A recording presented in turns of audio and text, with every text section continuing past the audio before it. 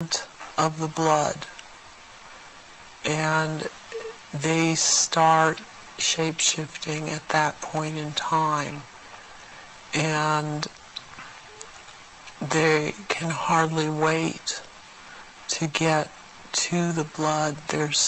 It's like they're addicted to the blood, and then the consumption of human flesh that follows. There are certain times when they will actually do a sacrifice, or there will have been someone doing a sacrifice and it's not happening fast enough for them. So they will step in and finish it themselves, because the ritual has to be gone through. It's sacrificially, ritualistically, it has to have been gone through, and they will step right in and just start tearing the throat out, and they're getting all this blood from the jugular vein at the same time, and that has happened when there are many there that are going to be sacrificed, and they just can't wait, and tearing into the contents of the abdomen and stomach of a victim afterwards. During the rituals, it's much easier for them to hold their reptilian form. They can stay in that form. What it is that they have a hard time holding their human form.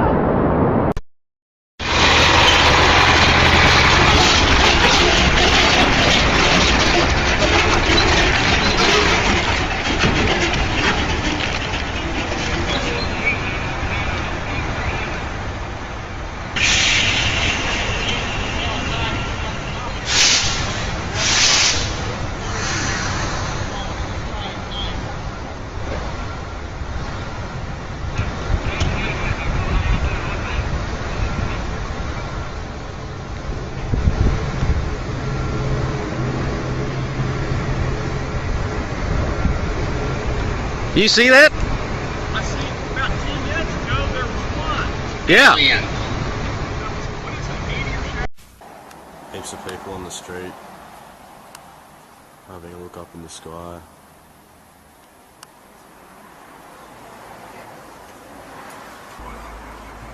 This is David Attenborough, and what we have here is what we believe to be an alien. Memories are a strange thing. There are tangible memories that can be proven factually. There are suppressed memories, which are clouded recollections of actual events. Memories that are a mixture of real and unreal events. Memories based on imagination, and possibly most frightening of all, memories that have been intentionally programmed within the mind of a person, which might consist of anything between actual real experiences to entirely designer memories that have been inserted to cover up experiences that are far more stranger than fiction. Yes, he said, Clark, I can say certain things, but there's things I cannot, because we were all hushed up about our mission by NASA and the DOD to shut up and not talk about things or lose their retirement, or maybe worse. About my friend NASA astronaut and first NASCAR lunar rover car driver on the moon. Okay. He saw UFOs above the moon, and he saw crystal buildings. Mind control is real big with the Illuminati right now, from one-on-one mind control, breaking the person down that way, or the chemicals in the air, or HAARP, HAARP, and the frequencies, and the buzzing in your ears, bzzz, and all those radio towers. And there's all different ways they do that. There are those who walk amongst us as human beings, but who are more than human beings. There are such things as gods, and they walk amongst us. They control our destiny. They control us through newspapers. They control us through money. And they control us through religion and spiritual confusion. And about my friend NASA astronaut and first NASCAR lunar rover car driver on the moon. Okay. He saw UFOs above the moon, and he saw crystal buildings. The reptilian stands between 7 and 8 feet tall, and as expected, has the look of a reptile. They too are erect standing bipeds. The head is slightly conical in shape and has 2 bony ridges riding from the brow across a back-sloping skull. There appears to be no bridge between the eyes. The nasal openings are at the end of a small flattened nose and are described as 2 small slits that slant upwards in a V formation. Small openings can be seen on the side of their heads, but no ears as such. The eyes contain vertically slit pupils with a flame or an orange-coloured surround. They have wide lipless mouths which contain various types of teeth, including fangs. Some have thin fleshy spines under their chin. Their skin is scaled, usually greenish-brown or light grey in colour, and hairless. The scales on their backs, thighs and upper arms are quite large, with hands, abdomen and face being covered with smaller scales, allowing more flexibility. Reptilians' bodies are lean and firm with powerful arms and legs, long arms and 3 fairly long fingers and an opposable thumb. The feet have 3 toes and 1 recessed 4th toe that is toward the backside of the ankle. Claws on the hands and feet are short and blunt. Reptilians are an ancient race. They were actually a hybrid mix many billions of years ago, which came into a foundation of us not really understanding who and what they are.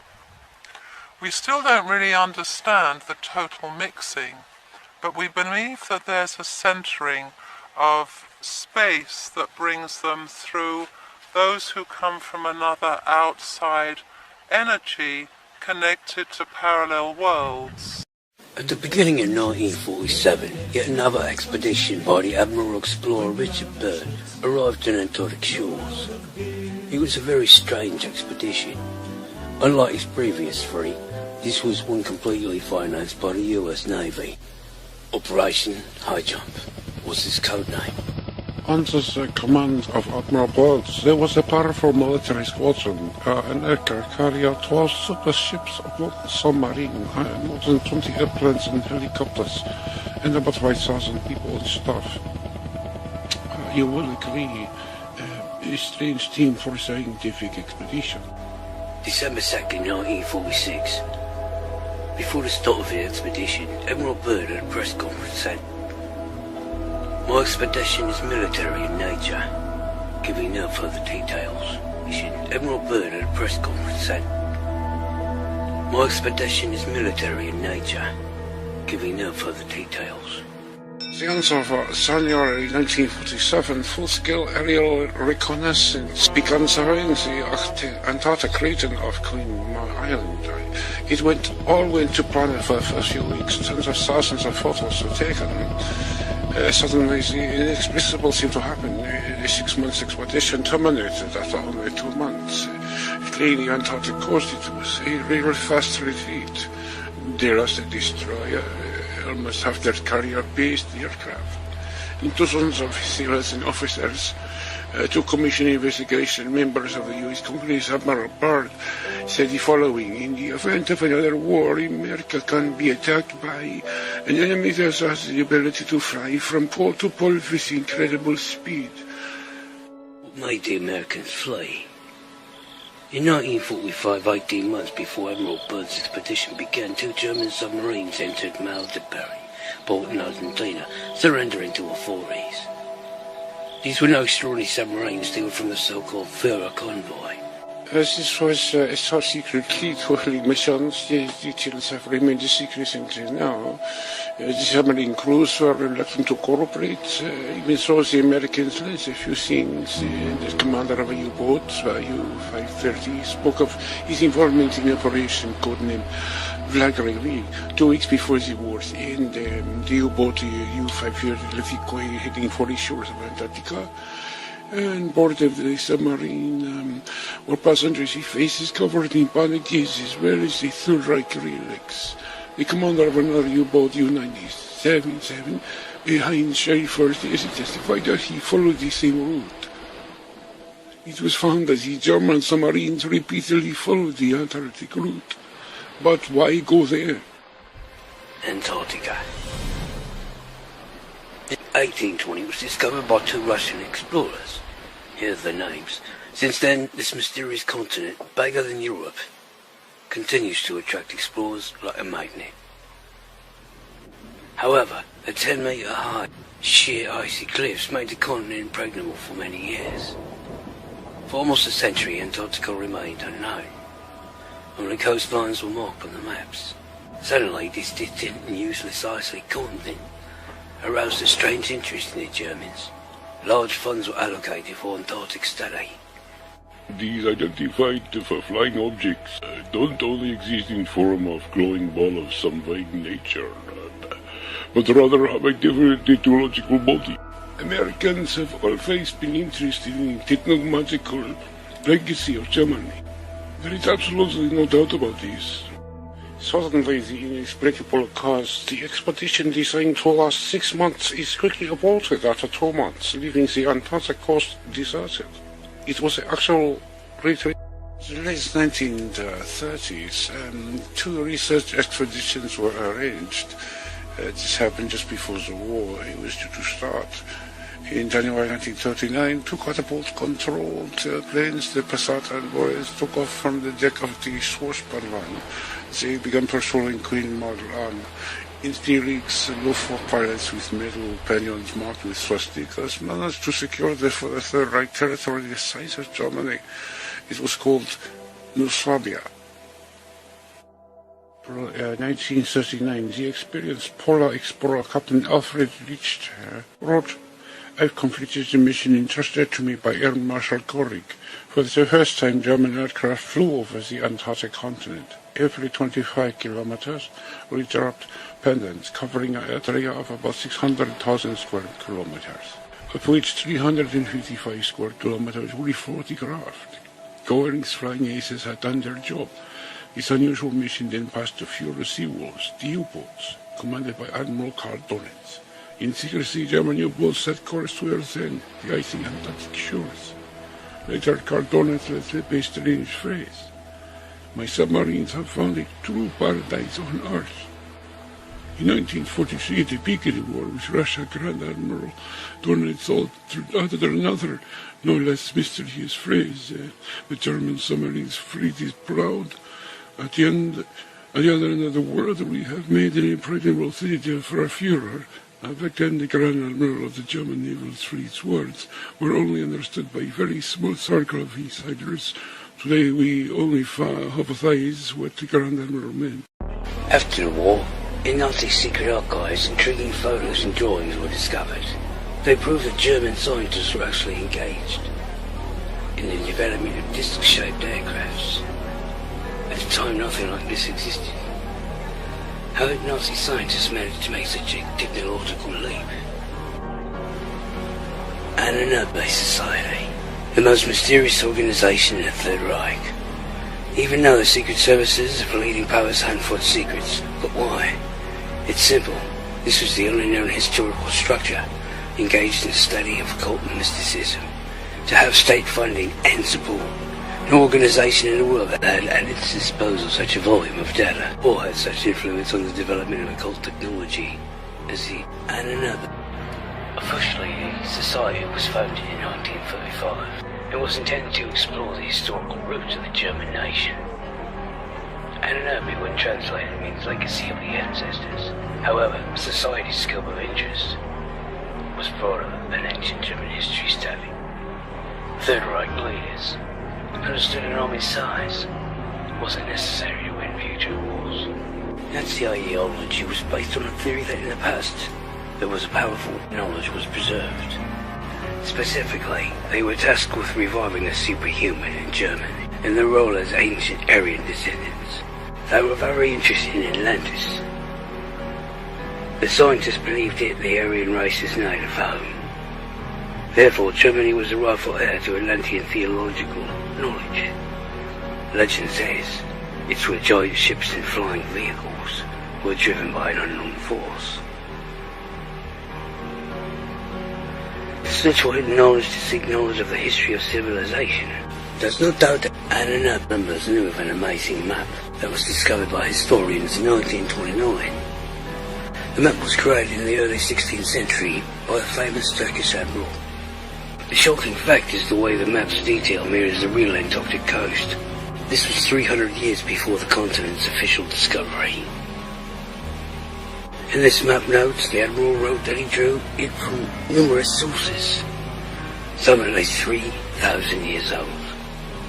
Well, the most puzzling thing was the coastline of Antarctica, which is shown without its ice cover. The map provokes the imagination even today. Here's the verdict of a US Air Force specialist. The coastline was plotted on this map before it was covered in ice. The thickness of ice in this area is about 1.5 kilometers. We do not have any suggestions how this data could have been obtained in 1513. The international experts gave the map a thorough examination and concluded it was more precise than 20th century maps. Seismic analysis confirmed the fact which scientists until recently were unaware some of the mountains, once considered a single massif, proved in reality to be separate islands as stated on the old map. 70 years ago, one can imagine the impact of this map on the founders of the Aryan race theory. It brought hope to the search for the technological heritage of the Atlantis.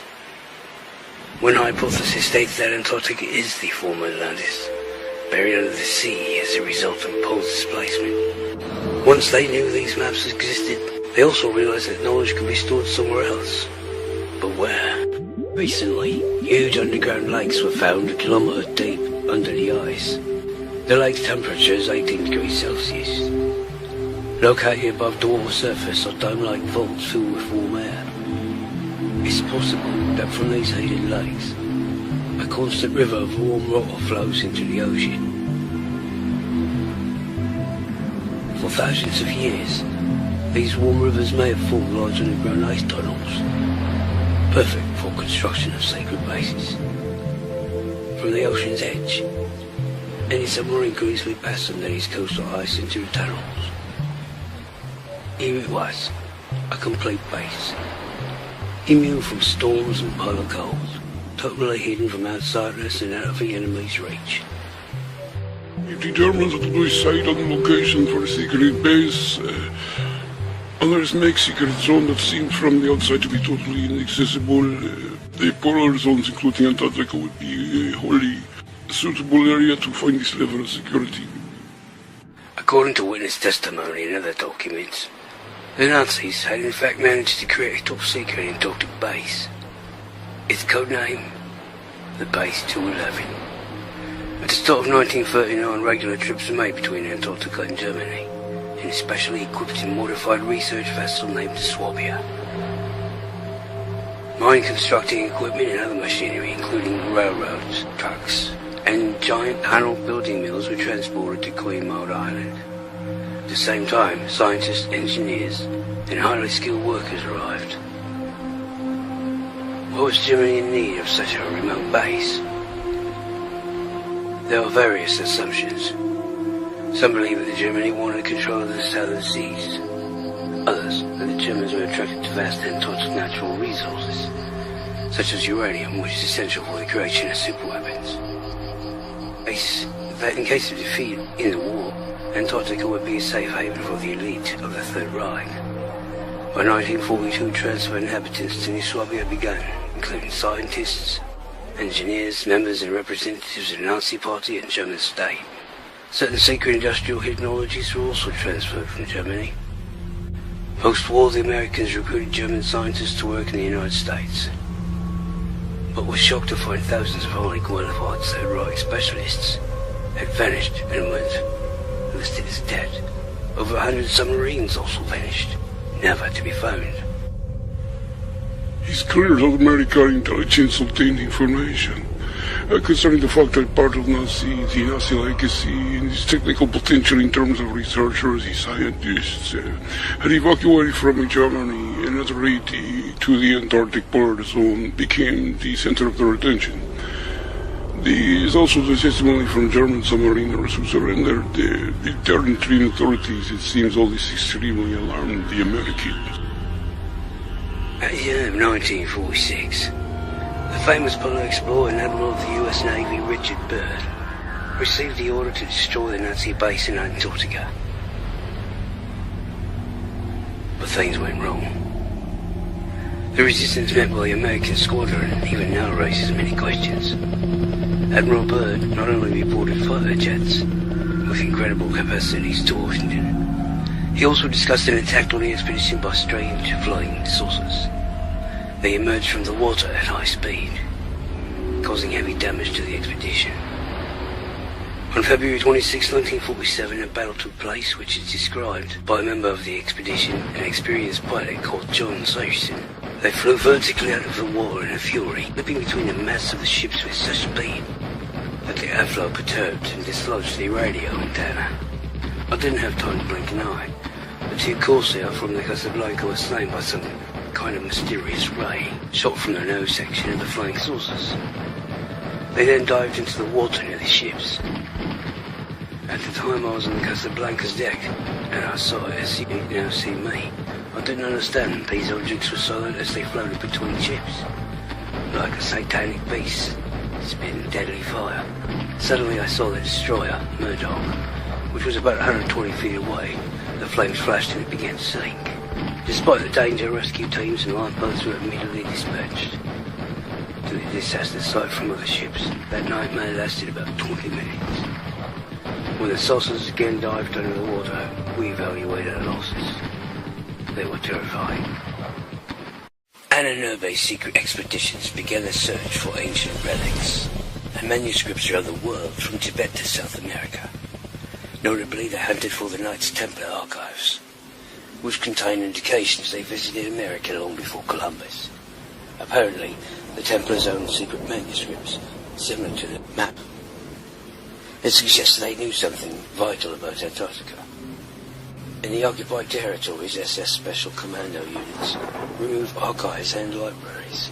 The Anunnaki confiscated libraries of theological faculties and various secret societies as soon as space was allocated. The Anunnaki caught a huge library. According to a librarian from one of the post-Gnostic libraries, in March 1945, he witnessed Soviet troops approaching German territory. The Anunnaki were evacuating a library and carrying away 140,000 volumes. The library catalog would be very interesting. It's possible the Anunnaki learned something incredible about Antarctica. They made the study of this continent one of the main Nazi leadership goals. Actually, the SS were after very specific knowledge. The Grail Cup, together with the Holy Spear, opens the way to world domination. Hitler became aware of this legend before World War I. The Spear of Destiny was safely kept in the Vienna Museum.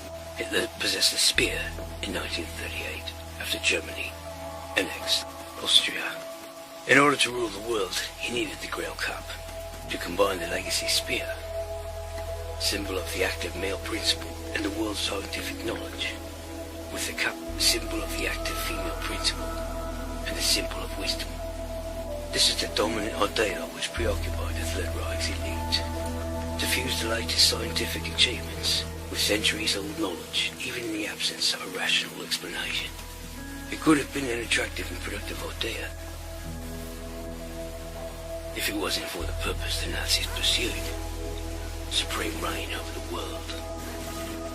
To enslave it for the chosen race, utilize the occult knowledge and technology.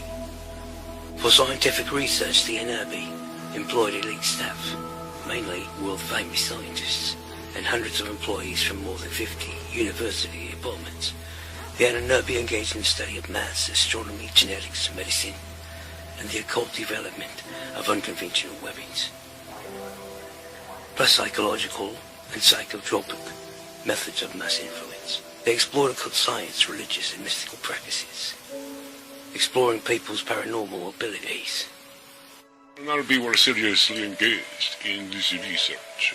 The factual evidence for this for the NRB directives by their management, which included Himmler before the war began in 1939, studies were carried out concerning the paranormal abilities of employees of the NRB, the results were recorded on person files.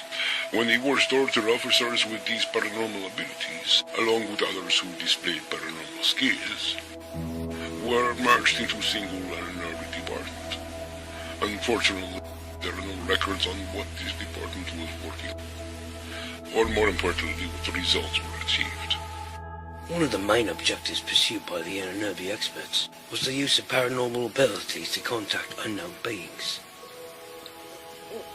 or outsiders as they call them. The aim was to obtain from highly developed extraterrestrial and ancient terrestrial civilizations superior technological knowledge. It had already occurred.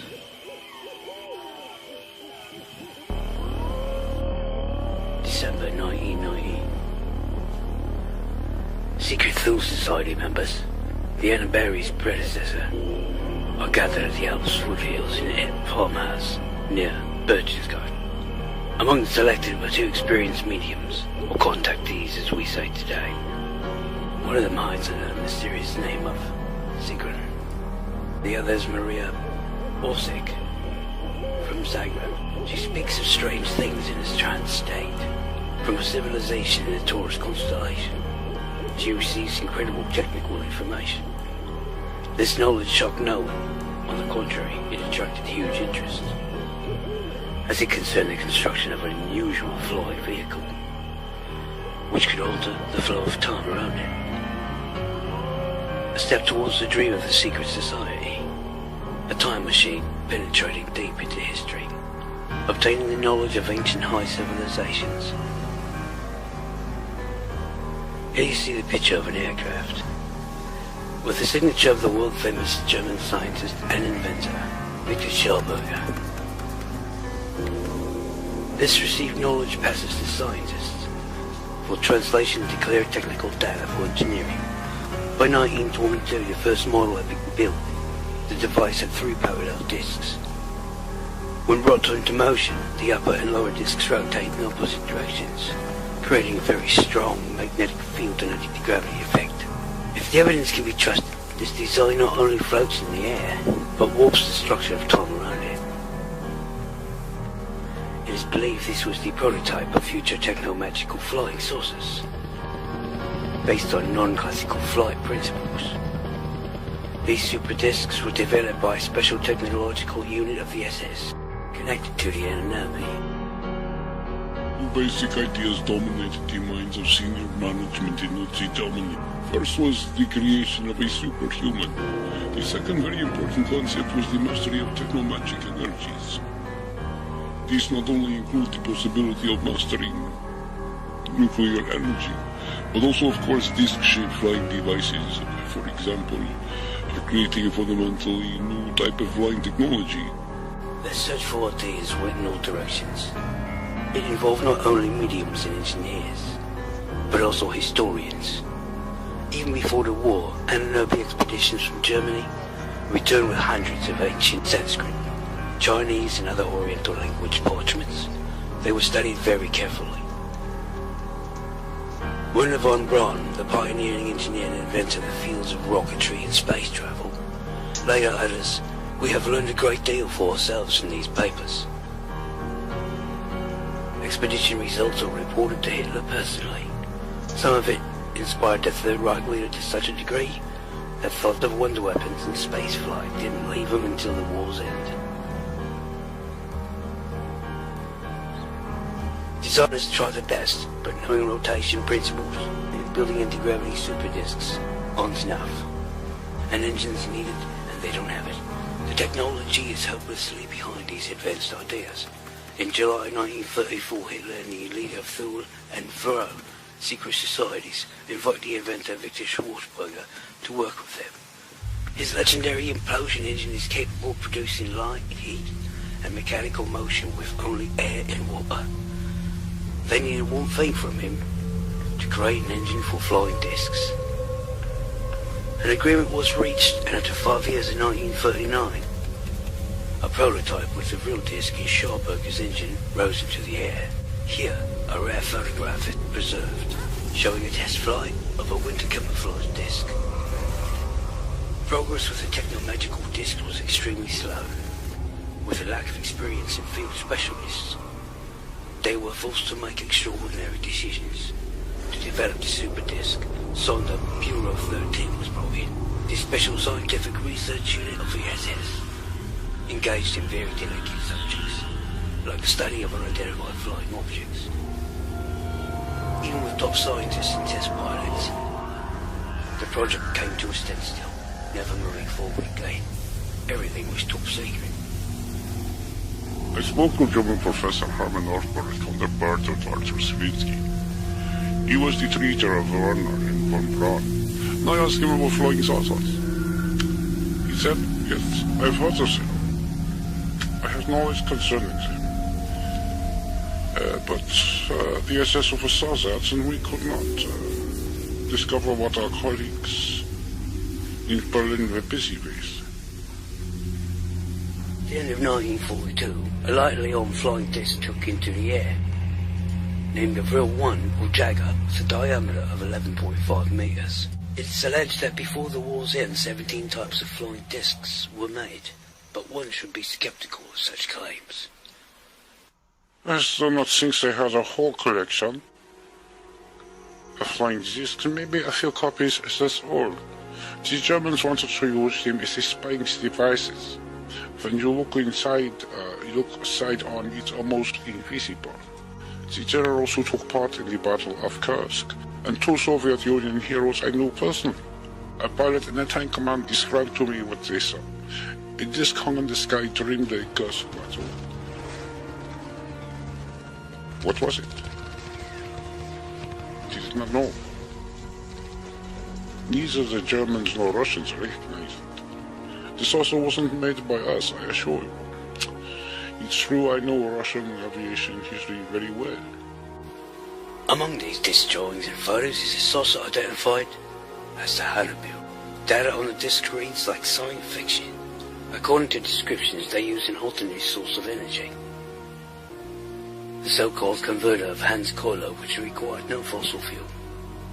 It was even planned to take the Hannibal 3 disc type into space. Hard to believe? Who knows? Here's a trophy photo. The strange pilot suit suggests flights were scheduled to take place. If not in space, then at least in the stratosphere. In the seized archives, another mysterious document was discovered. It was a blueprint for a huge 139-meter-long cigar-shaped ship called the Andromeda, with hangars for 5 of the flying discs of the Hannibal 2 and Vril type. The purpose of this vehicle? Some believe it was designed for long-term spaceflight. There's another simpler explanation. Now, this was a project for underwater container, which could be used to transport goods, equipment, technology for the secret bases of the Third Reich, including the Antarctic. According to American intelligence, by the war's end, the Germans had 9 research enterprises developing these flying discs. Investigations revealed that 8 of these factories, along with scientists and key figures, were successfully evacuated from Germany. The 9th was Detroit. Air Force Lieutenant Colonel Wendell Stevens recalls, "We had classified information that some of these research enterprises were transported to Antarctica to a place called New Swabia. At least one disc research company was transported to that location. Another went to the Amazon, and a third to the north coast of Norway. They were evacuated to secret underground facilities, but the Third Reich didn't have enough time to implement this grandiose plan. It seems by the war's end, techno-magical disc development never reached the industrial production stage. The discs encountered in Antarctica in 1947 were probably not the same discs. Perhaps they were German discs flying on classical principles, ones that had already been developed by the Third Reich. Perhaps it's a fallback to their techno-magical projects. A few such prototypes had already been made. Some proved themselves well. It was a giant technological leap, and Germany's opponents weren't even close. But far from the kind of discs that the Reich leaders had in mind.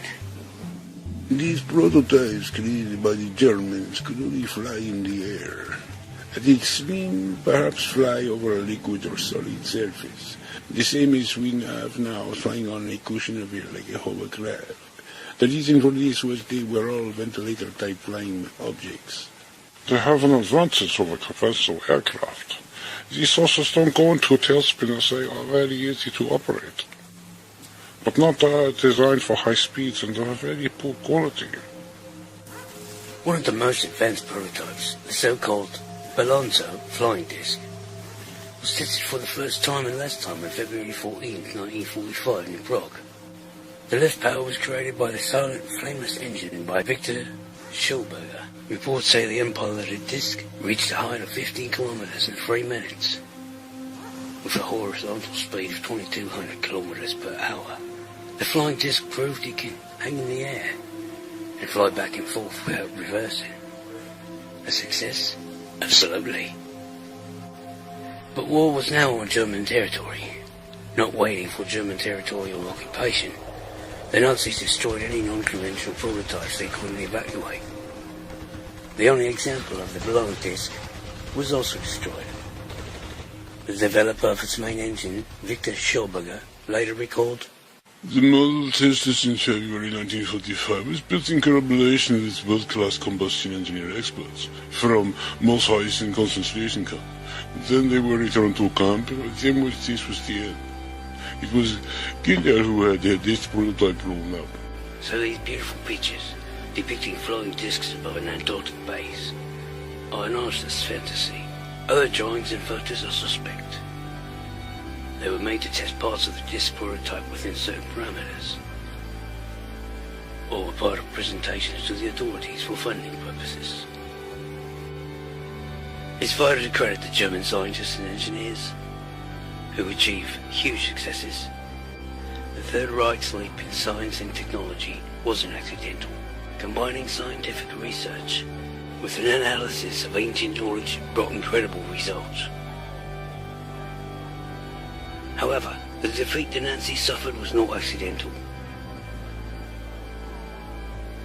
For the Grail Cup isn't just a symbol of ancient knowledge, but also centuries-old moral code. This code the Nazis deliberately rejected. Many legends and rumors are associated with the discs of the Third Reich. In addition to these stories, there are also tales of German discs flying out of Antarctic waters in 1947. Regarding the saucers that emerged from the water within the 1940s, and nowadays the recorded sightings of flights of identified flying objects emerging from seas, ocean, lakes, etc. I am sure that in 1947 the Germans could not have had such technology, neither could any country in the world. Germans didn't attack the American expedition in 1947. Who did? Emerging out of the water, shining saucers, spears, cigar-like objects in the polar and surrounding areas are not unusual facts. The northern countries, Central and South America, Australia, South Africa, everywhere identified flying objects are observed. Reports on them are regularly received from the USSR Navy intelligence. As a commander in Soviet Navy intelligence, I regularly receive reports on such objects detected by witnesses. It would be incorrect to think that Unidentified flying objects were only observed in the north. They were also observed across the Atlantic, even in the South Atlantic, near Antarctica. One particular case I am familiar with was where they were observed in the area of the islands of South Georgia, emerging from beneath the water as fishermen saw an object. They managed to take a photograph, as is shown here on these pictures. Despite the strong wind, the object remained static for a long time. Clearly it wasn't a cloud or a balloon over the islands of South Georgia. Over the islands of South Georgia, very strange flying objects were observed. Here's the evidence from one case. The disc hung over the island and was visible for a long time during daylight, just before sunset and just after sunset, for around 1.5 hours to 2 hours. The object had a symmetrical, circular shape. But within it was a visible isosceles triangle. At night this triangle was not only shown, but lights were observed at the base of the two corners, as if the object had a working engine. However, the object remained in the same spot all the time. Observation of this object occurred in 1979. 3 years before, in 1976, Japanese researchers using the latest equipment detected 19 round objects, which dived from space into Antarctica and disappeared from the screens. Who were they and where did they go? We've now answers to such questions. In the late 1980s, a scientific sensation was created by an American astrophysicist, Kip Thorne, and his colleagues' work. They substantiated the possibility of nearly instantaneous movement in space and travel time. They put forward the idea of wormholes. Black holes are extremely intriguing, according to which black holes are located at a close distance to our planet and take the form of these wormholes. These wormholes can be used for intergalactic and interstellar travel. Other scientists suggest their work has significant practical characteristics, specifically building time travel devices, ensuring intergalactic travel, so forth. Kip Thorne concluded that near the Earth, there's an entrance into a wormhole leading to the star Vega. At that time, without doubt, the Americans already knew very well the way in which the appearance and disappearance of UFOs takes place in the atmosphere of our planet. In 1992, construction began in Alaska of a powerful radioelectric complex called HARP. Officially, it was to study the ionosphere and the development of missile defense systems. Clandestinely, it was used to develop new weapon types, geophysical, weather, and psychotropic. In essence, a massive beam cannon, a type of global microwave oven. In addition to this, there was something else. Today we can safely assume that the main purpose of this station is the search for the entrance to the wormhole, which means the Americans came to the conclusion that in this polar region the entrance to the wormhole is located. The station's radio waves allow it to determine the wormhole's configuration, then trace it back and find where the entrance and exit is. In 1998, the complex in Alaska was put into action. An identical transmitter is built in Norway. On its way is a third, more powerful one in Greenland. In the early 90s, technical capabilities made it possible to focus only on one side, the Alaska porthole, as an entrance and exit to observe the movement of UFOs on our planet. There was no need to install tracking stations across the United States territory. On or other territories, control of just one portal was enough. However, Earth has two poles. What is the role of each in terms of this jet theory? Well, for example, they use it both for entry and exit through Alaska, or use the portal to enter and leave Antarctica, and vice versa. Through Antarctica, the UFO emerges into the atmosphere of our planet, and through Alaska, the North Portal, they leave the planet. This area thermal effects does not contradict the fact that the North Pole of our Earth is the entrance and the South Pole of the Earth is an outlet that links our planet with other planets and stars on the level of energetic information. It's possible our poles' properties are used by unidentified flying objects to communicate with other parts of the universe. In any case, it would be a subject for serious study. It's no surprise concerning the well-known fact. Namely, most of the staff on the American Antarctic Station are personnel of the United States National Security Agency, employees of American Military Technical Intelligence, Electronic Intelligence, and Central Intelligence Agency employees. These categories represent the main research personnel on American Antarctic stations. Perhaps the scientists of the Third Reich also inferred the Arctic and Antarctica were not just Earth's poles. Perhaps it's also no coincidence that in Nazi Germany, the Hollow Earth theory, where the poles are presented as gates to the stars, was so popular. Perhaps at this bizarre idea's heart, a vague understanding was reached, something akin to recently discovered wormholes, along with the possibility of space and time travel.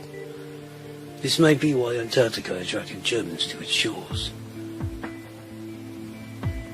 The sixth continent continues to keep its secrets. New questions are raised, and over the years the list hasn't gotten any smaller.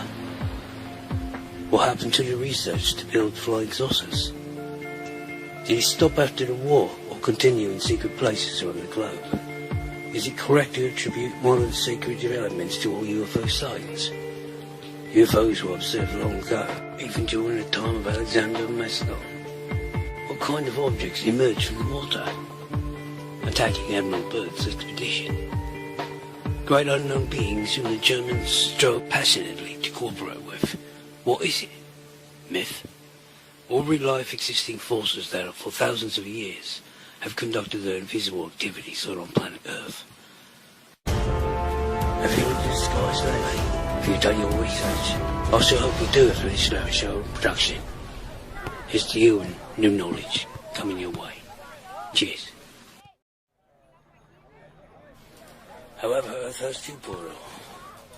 The theory of tidal effect. Are we trying again, eh? It's no surprise, considering the well-known fact. 3 unidentified flying objects. Okay, try again one more time. The theory of tidal effect. Are we trying again, eh?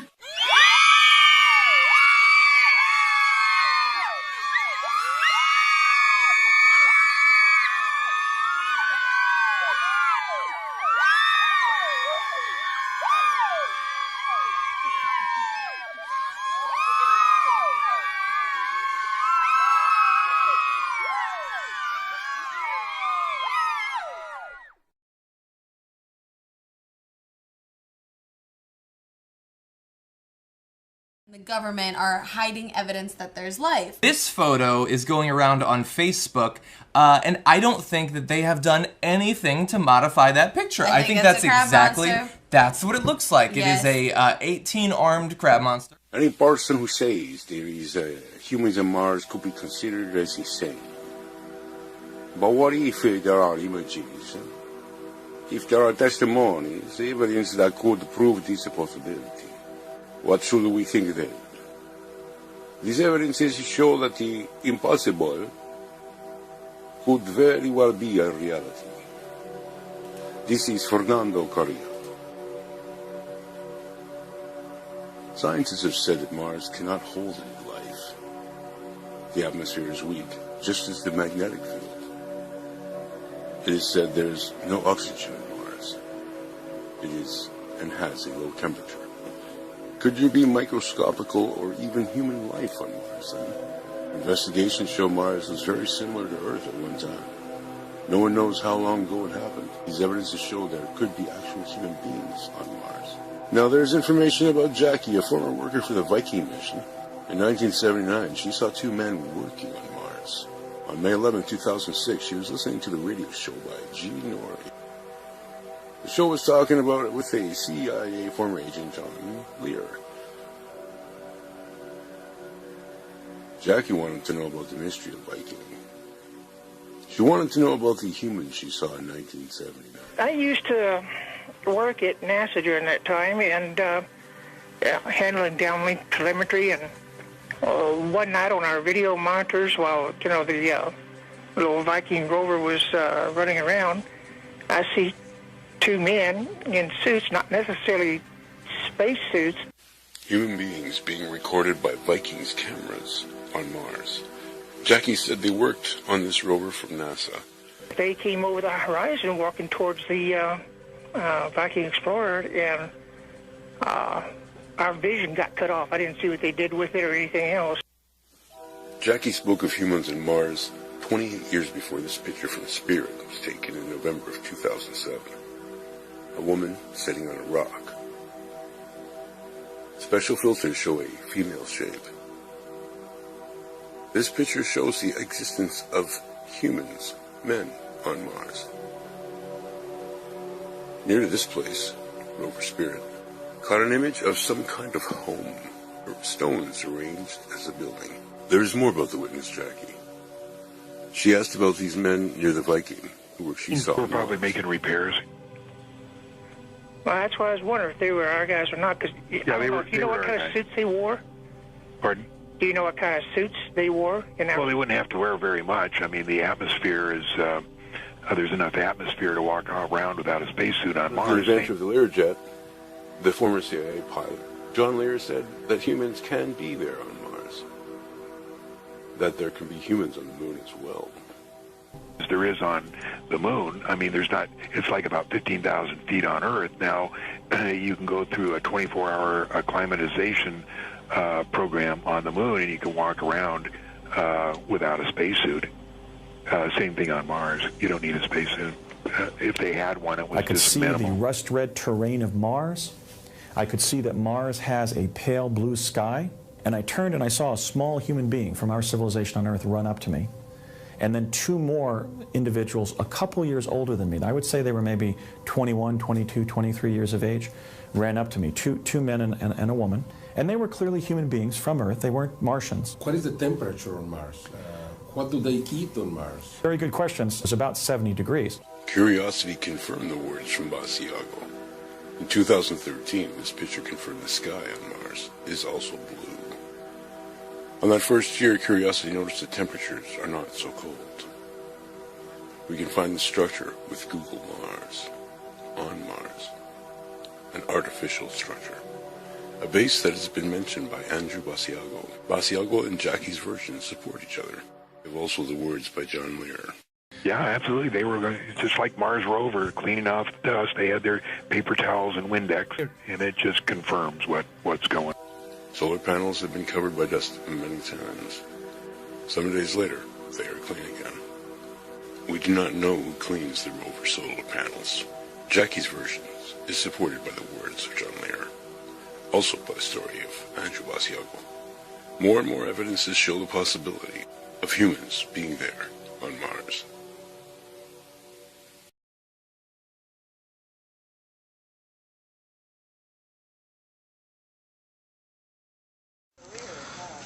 That's how many people go down.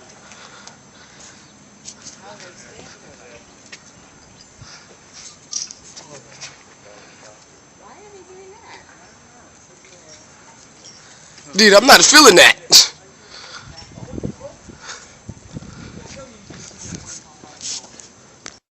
Hey, what the fuck? What is that, dude? What the fuck? The numbers in the sky. Numbers popping up in the air out of nowhere. Bruh, they're just fucking. There's no airplane, no nothing.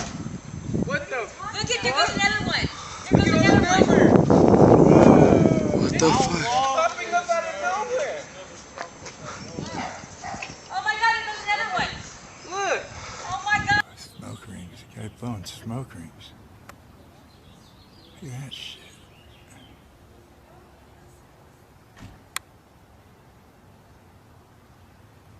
Look at all those smoke rings you lit. That's crazy. Oh, at least there's a little, add something new to the dilemma here.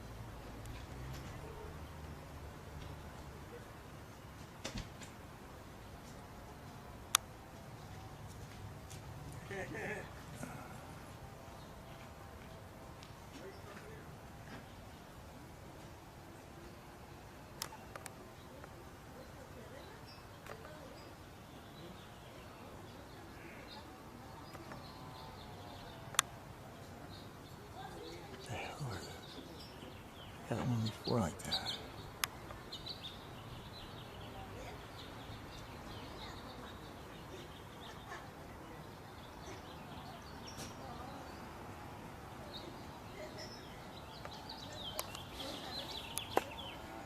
Anyway, the bastards. They'll burn out.